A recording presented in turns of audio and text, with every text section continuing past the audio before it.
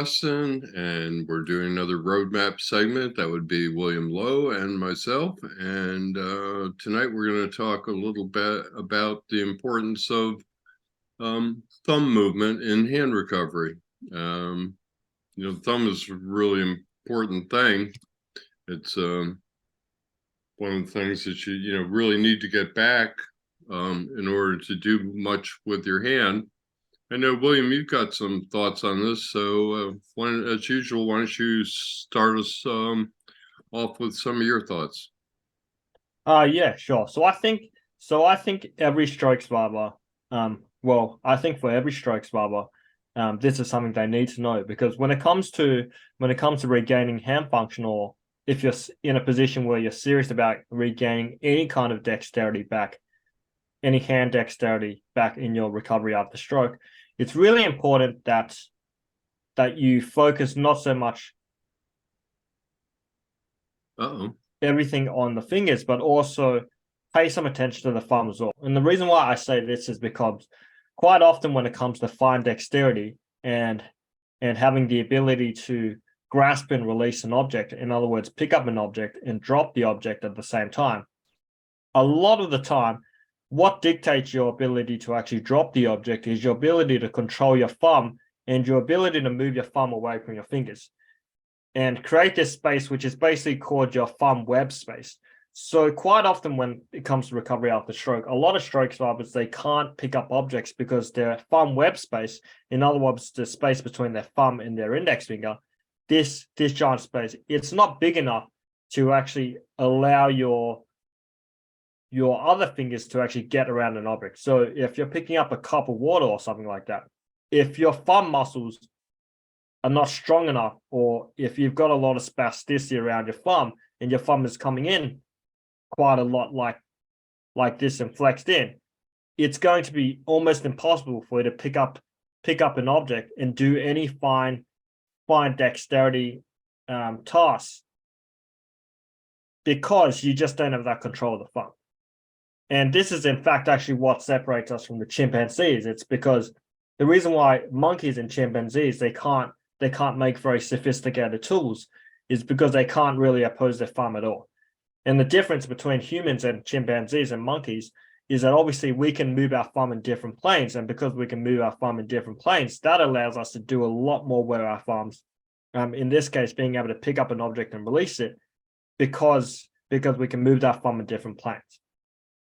Now, how this relates to recovery after stroke, and like I was saying, the thumb is really important, because if you pick up an object and you're picking up an object like this and your thumb is collapsing in like that, and you can't relax the thumb or move it away, then it's likely that that object's going to stay in your hand for a very long time and you won't be able to release it.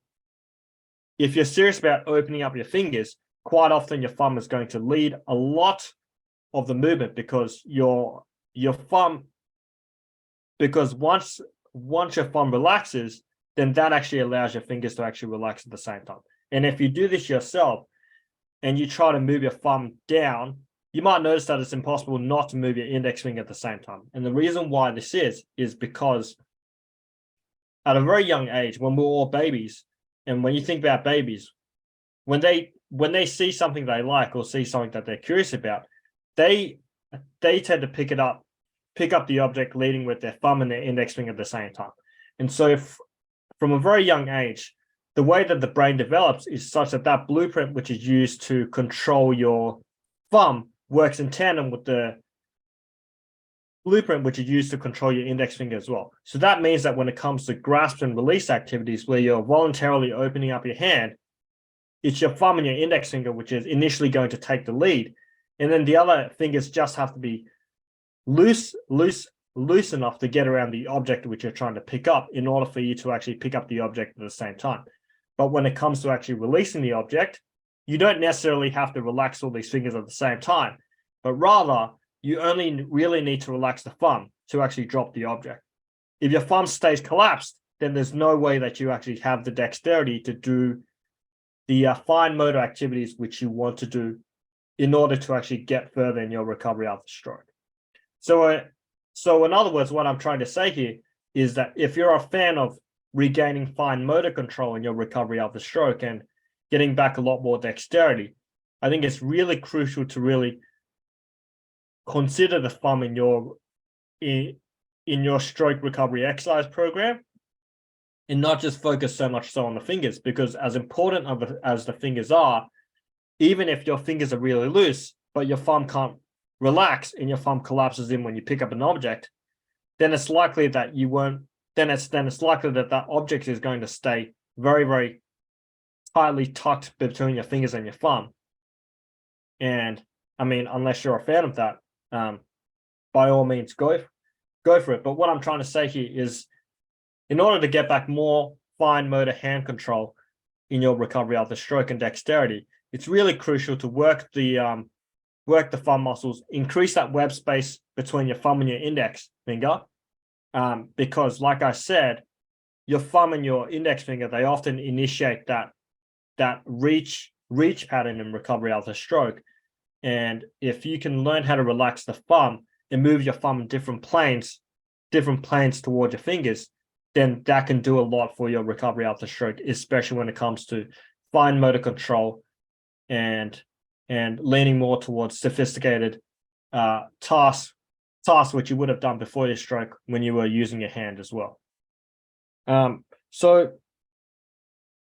with that being said, I think that if you're a stroke survivor and you're in a position where you do have some dexterity, maybe your fingers are a little bit loose, I would urge you to consider doing a lot more exercise on your thumb, because this is going to allow you to get back more fine motor control in your recovery after stroke. What I would be very against is any types of exercises where you're using stress balls or grips to get back movement, because oftentimes when you're using stress balls and grips in your recovery after stroke, you might notice that these don't focus so much so on the thumb, but they focus on a very much gross approach to grip, where you're turning on everything at once. And what this does is it is contrary to doing tasks where you're trying to voluntarily pick up something with your thumb and index and dropping it at the same time.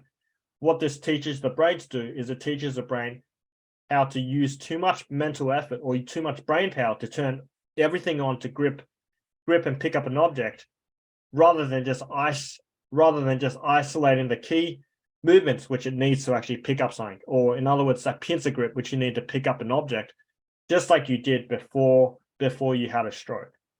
So Ralph, earlier before we started this discussion, you and we had some thoughts around some of the things which we both did to get back more fun movement in recovery after stroke, and why this is so important when it comes to getting back that fine motor control in recovery after stroke. And I know you had a couple of stories of times when you were picking up objects and you noticed that your thumb was quite crucial in supporting your fingers in being able to successfully perform and carry out a movement just like you would have done before your stroke. I'm just wondering, could you share some of those for the folks who are watching so that they might be able to see how this plays in their recovery after stroke? Sure. Well, I knew all along that the one thing that differentiates us from all other animals is our opposing thumb, and how important it is to gripping and whatever previous to my stroke. I knew more about the thumb and the way the hand worked than I did about stroke. So, pretty early on, I focused on my thumb. Also at the rehab hospital I had OT. I also had a hand and arm class. So every day I was in two different therapy sessions, both of which involved the thumb. There's only so many ways you can move the thumb. This is my affected thumb. And, it goes up and down, it goes across, it goes in and out here. And somebody showed me what I ended up calling thumb push-ups. I don't know if they had a name for them or not, but they combined two of the exercises. Let me bring this in where you can see it. And, down, up, crosswise, up, down, up, crosswise, up. I didn't know about this one until I watched some videos right before we started recording. Another one is just coming straight out.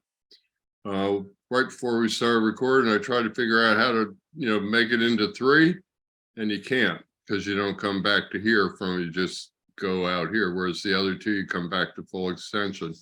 So I did that a lot. Of course, I couldn't do that in the early days. So there are a couple things that happen with thumbs. Most people have their thumb tucked.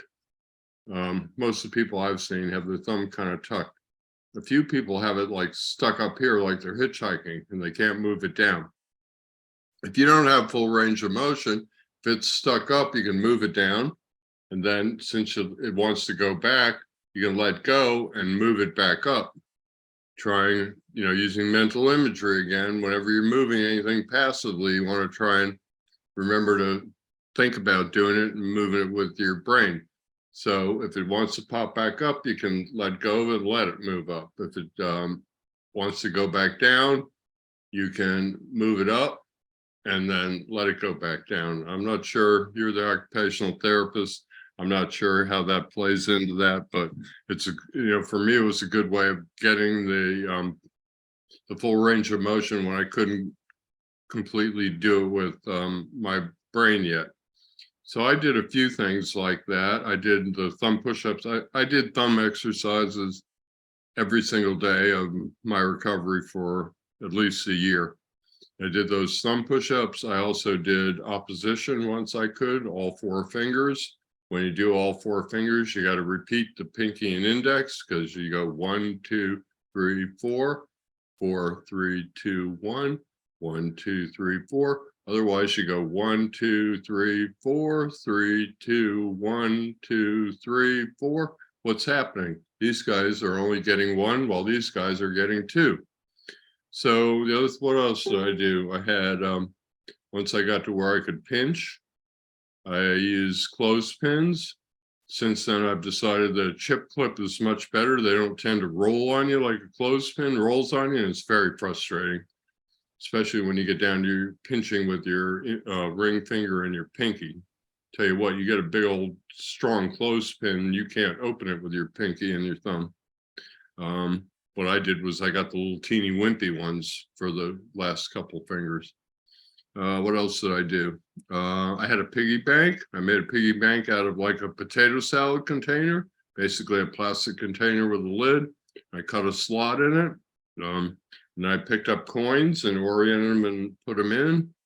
Also, later on, I got a pegboard that helps you with orienting, picking things up. In fact, when I'd do a video on the pegboards, and I tell people, put most of the pegs away. Don't even try to put the pegs in the board right away. Just work on picking them up and orienting them. That's another thing that your thumb is required for. If you want to, oh, this is dangerous, but if you want to pick up something and then like reorient it, flip it. This is my affected hand now. I mean, look what's doing all the work. I can do it with different fingers, but I used to practice with a pen and I would roll it around all my fingers, index and the middle, and everyone, no matter which finger you're using to do something like reorientation or roll something around your fingers, your thumb's involved, because it comes around. Once you clear it, it comes around and grabs the thing every time.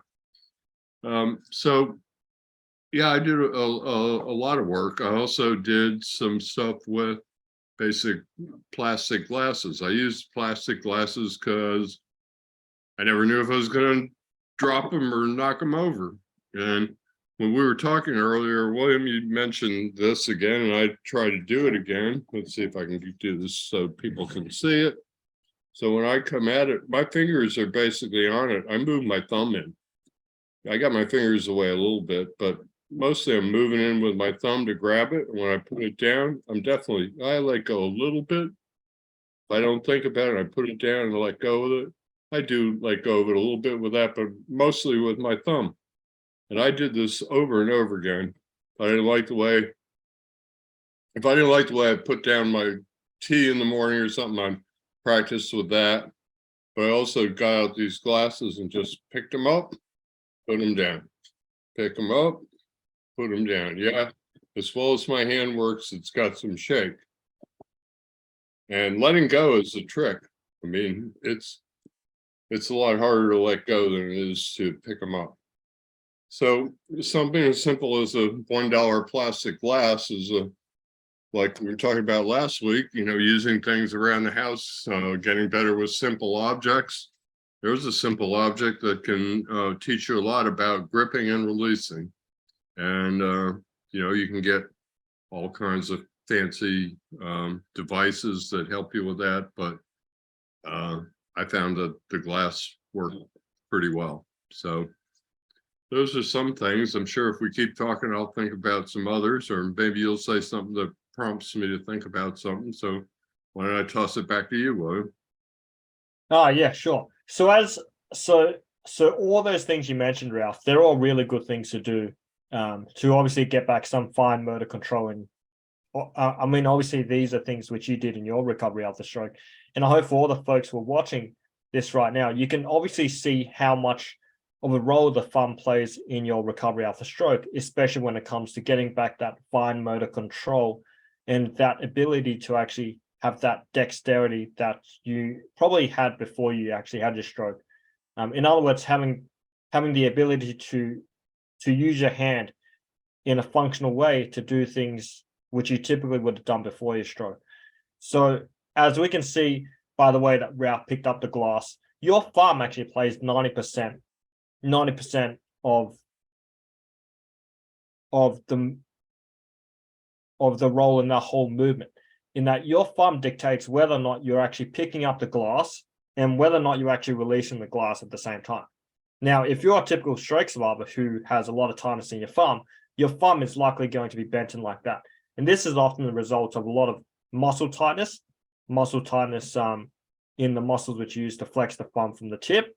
And also it might be because you're not able to turn on those thenar muscles, which are basically these muscles along your thumb, which allow your thumb to move them in different planes to counteract that tightness. Now, you might have seen from the way that Ralph was able to pick up that glass that because he was able to move his thumb away from the glass, that actually allowed his brain to actually relax his fingers at the same time. Now, if you're a stroke survivor with your thumb close into your palm like that, and you can't relax, well, you can't even get your hand around the glass in the first place anyway, because that web space between your thumb and your index is not even big enough to actually come around. So the thumb plays a major role when it comes to obviously getting back fine motor dexterity and that fine motor control and recovery after stroke.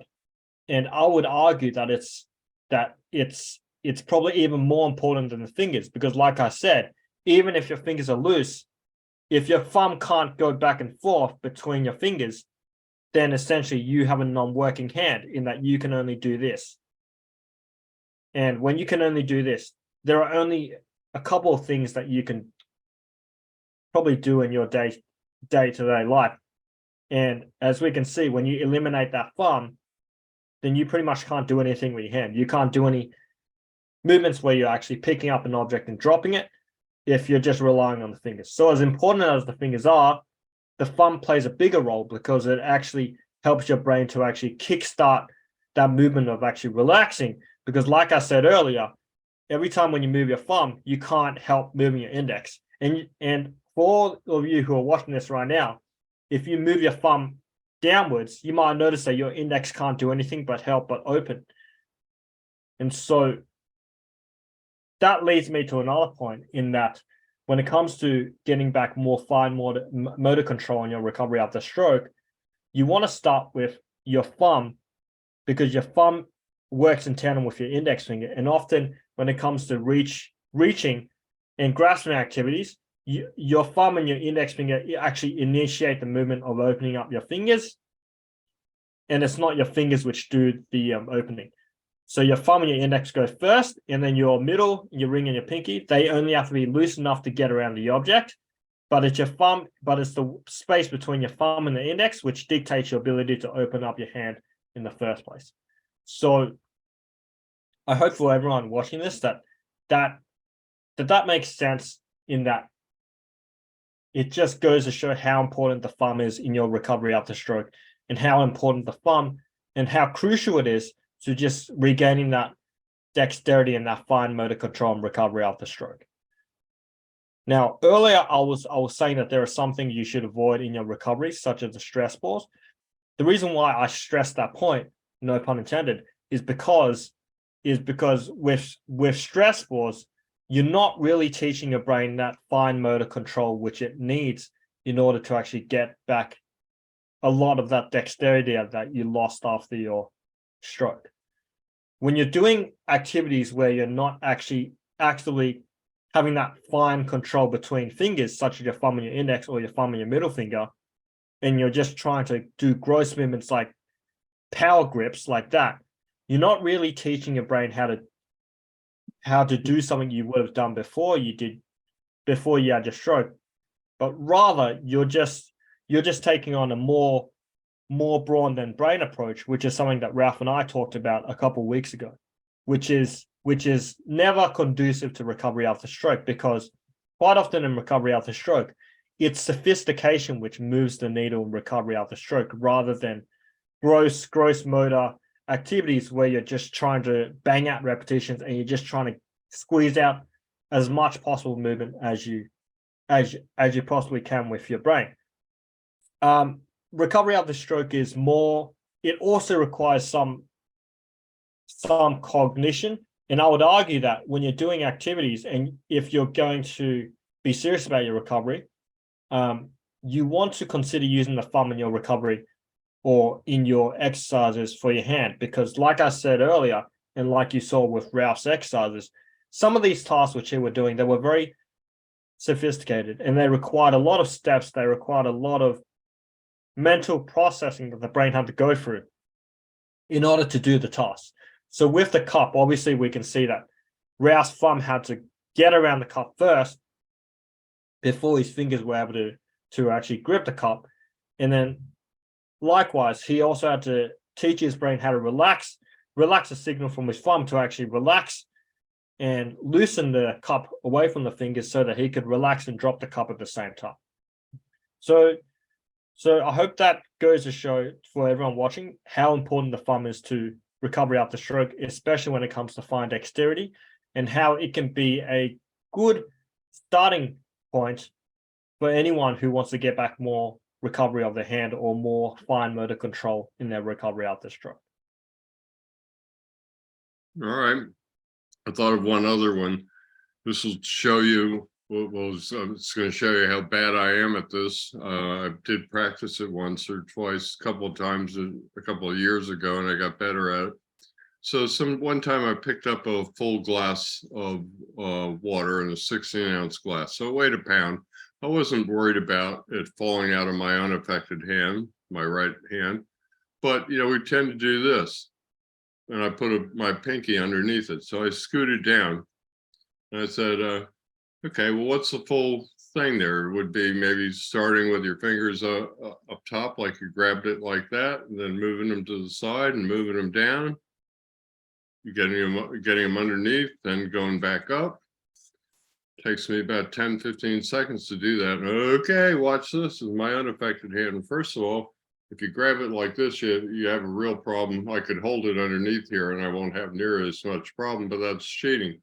So you got a real problem like getting your fingers around to even be able to scoot down. This will show you that how important relaxing is. Okay, so I'm going down. It's going to take me 2 or 3 minutes to do this because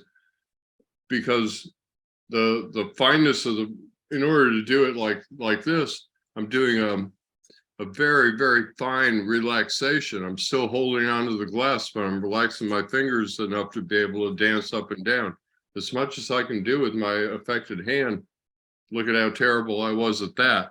So, letting go is real important. That's a real good drill you can do. Again, it's with a $1 plastic glass. So, and like I said, I used to do things like I would take a lighter or a pen and I would roll it around my fingers, go around every one. And every time the thumb's the thing that's like making it flip because your fingers just sticking out like that and they got a pen between them. So about all with your thumb.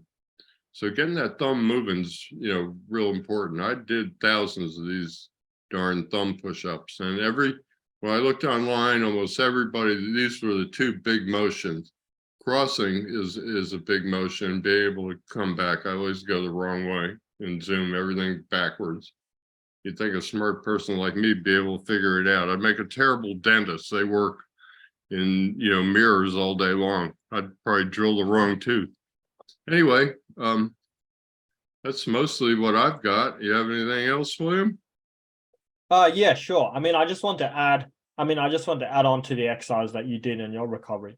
I also think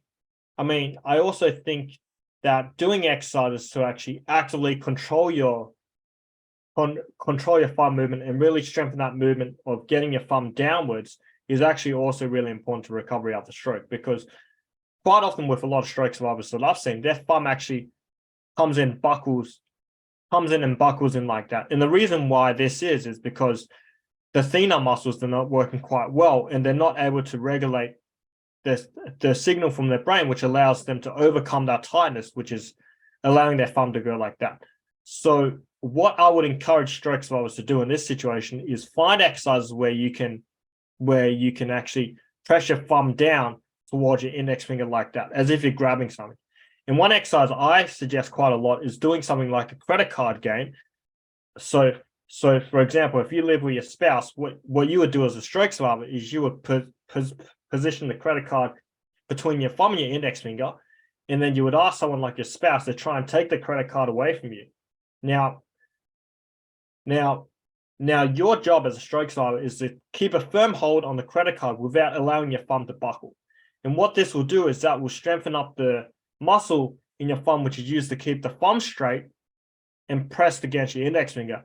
It also prevents you from doing any, and also condition your brain so that it stops buckling the thumb when you flex down, but rather conditions your brain to flex and keep the thumb straight as you come down like that. So you can either use a credit card or you can either use a book, but your spouse is only allowed to take away the credit card or the book once they see that you're able to keep your thumb straight down like that. Whereas obviously if your thumb buckles, then you lose the game and you lose a credit card. And that means that you're not doing a very good job and you're not teaching your brain the correct movement. So that's just another exercise I would suggest. Also, you could try the TV remote as well. You could try pressing down on a button. That also works as well.